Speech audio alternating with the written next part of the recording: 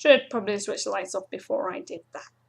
So the new Doctor has been announced. It is the great Peter Capaldi, and I have very mixed feelings about that. I have a headache from shouting so much about it for the 5 minutes after it was announced, and I'm going to go through all those feelings with you now in as quick and sane a rant as I possibly can. So here we go.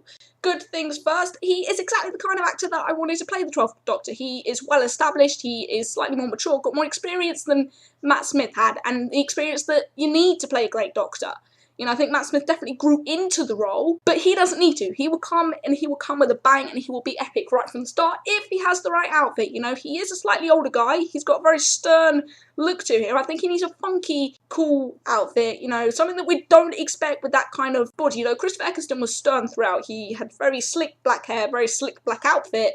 If we add something bright, something funky to Peter Capaldi, I think it will be a perfect formula. I do, however, have a big complaint, and that is that he has already been in the show. He played a Roman in the episode Fires of Pompeii, and him and his family were saved by the Doctor as a result of influence from Donna Noble.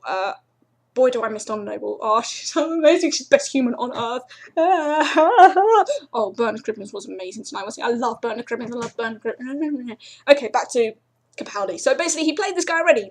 So it means that it logically just doesn't make sense as a story.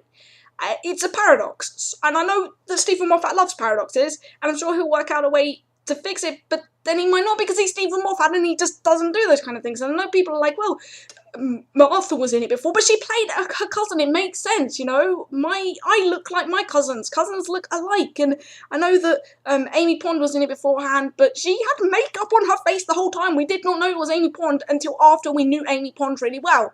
And I know Colin Baker did it too, right? I know he was in it beforehand, but I don't care. That's old, that's ages ago. It still just doesn't make logical sense. And the reason I love Doctor Who is because it is a sci-fi programme, and there is always science behind the fiction of it. That is why it's called science fiction, because it makes sense, and me having an Aspie brain as I do need stuff to make sense like that. That's why I love this show, because there is always an answer. Always. It may not be the answer we want, but there is always an answer somewhere. He also was in Torchwood. He played a big role in the penultimate series of Torchwood as the politician guy, and as a result, we now can't bring Captain Jack back, because Captain Jack will come and you're like, nah, you're not the sexy Doctor that I know.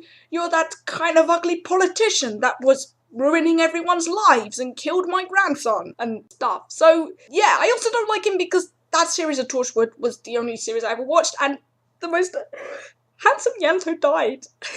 They killed off Yanto. It's not that. I remember there was such a big argument on Twitter and everything about that, because all women just love Yanto. So those are bad things. Back to the way I want him to be. As I said that, you know, he needs an awesome outfit. I think he also has to keep his accent, because that was the biggest mistake they made with David Tennant. But then again, I think there would have been some serious issues if David Tennant was walking around in that suit saving people's lives with a Scottish accent, just orgasm fest every single Saturday night at 7 o'clock. So maybe it was the right decision to make. I don't know. He's very Glaswegian. Whereas Peter Capaldi isn't. He's got a much stronger, harsher accent like Stephen Moffat, and that kind of fits in with the way he looks. So I hope he keeps that. So I have one request that has to be taking place. New screwdriver, right? Because me being a Whovian, and a Whovian that gets very stressed easily, I'd like to be able to keep my screwdriver with me everywhere I go, sort of as a comfort, you know, knowing that I've always got something to get me out of places and situations. But this is just far too big to fit in any form of pocket whatsoever. Especially when you expand it. Look, Stephen Moffat, give him a brand new screwdriver that is epic, because I know that the 10th one is smaller, but it's not as beautiful as this. This is beautiful, and it's green, and green's my favourite colour. Look. Green light and 2 different sounds, right? Number 10 only has 1 sound. Make it tiny, make it really little, and then make it expand really big, and lights and everything. Just give him a new screwdriver. Don't change the TARDIS. The TARDIS is cool. I like the TARDIS at the moment. But new screwdriver, definitely. So, yeah, that is my rant from now on. One last thing I need to establish. I have been having discussions on Twitter and Facebook with some friends of mine, and a lot of them are having a go at me for disliking Moffat. I have nothing against Moffat. He's a great writer, but as I have said many, many times, he is a drama writer and not a sci-fi writer. Sci-fi is meant to be written as a sitcom is written, and the definition of a sitcom is that each episode has a different story, and that is official because that is what I read on the BBC website, okay, when I first decided I wanted to write sitcoms. And he doesn't do that with Doctor Who. I understand double episodes, triple episode, brilliant, they're the best, they're the most intense. But the same thing going through the whole thing, like cracks in the universe, it just didn't work. It was too obvious, it was too deep, it was too connected.